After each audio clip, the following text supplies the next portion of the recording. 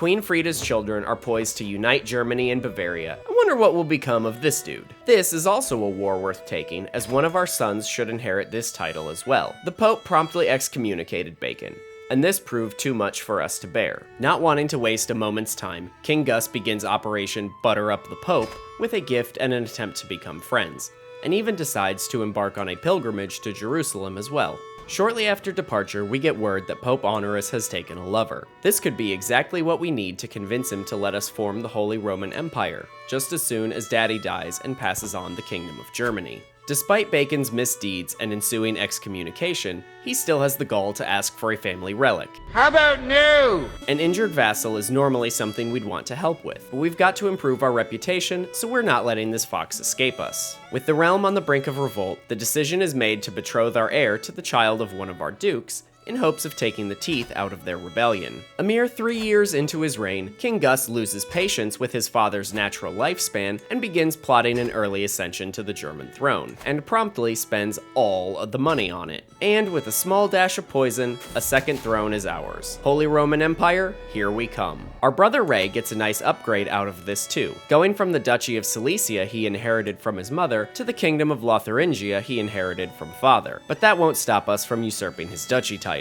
That's my boy. No, my boy! Father, help!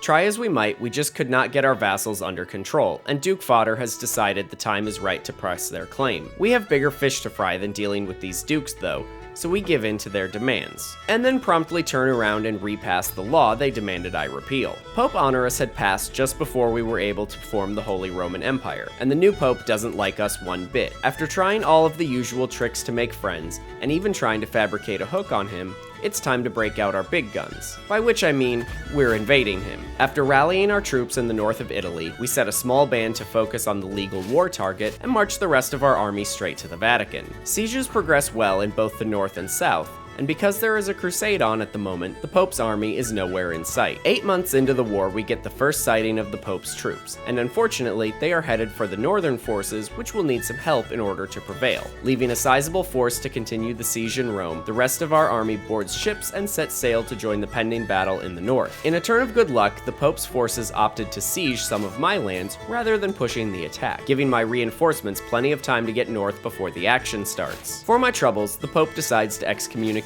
me too. At least I'll have Bacon to keep me company. And mere days later, battle was joined in the north of Italy. The first battle would go to Bavaria, and arriving mere moments before it was too late, the victors arrived to prevent a rout in the second battle as well. After a few more battles and some siege equipment arriving in Rome, things are well in hand for our forces, yet we seem no closer to having the Pope in our clutches. In an attempt to prevent a revolt in the middle of our war with the Pope, our heir Prince Cam is betrothed to a problematic and pregnant duchess. I'm sure he'll make the best out of that situation. With the siege of Rome complete and our prisons bursting at the seams, we press our demands on the Pope and send the troops home. But the peace wouldn't last. Guess who's decided it's time to revolt? Of course, it's Bohemia, led by Duke Fodder. Y'all ain't ready for this smoke. After a fair amount of walls were knocked over and troops massacred, yet another Duke of Bohemia capitulates to the might of the Schultz dynasty. And old Duke Fodder would die of his wounds a mere year later. To alcohol! The cause of and solution to all of life's problems.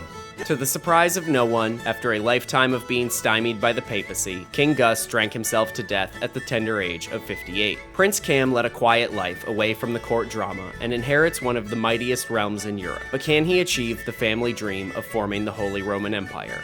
Find out next time.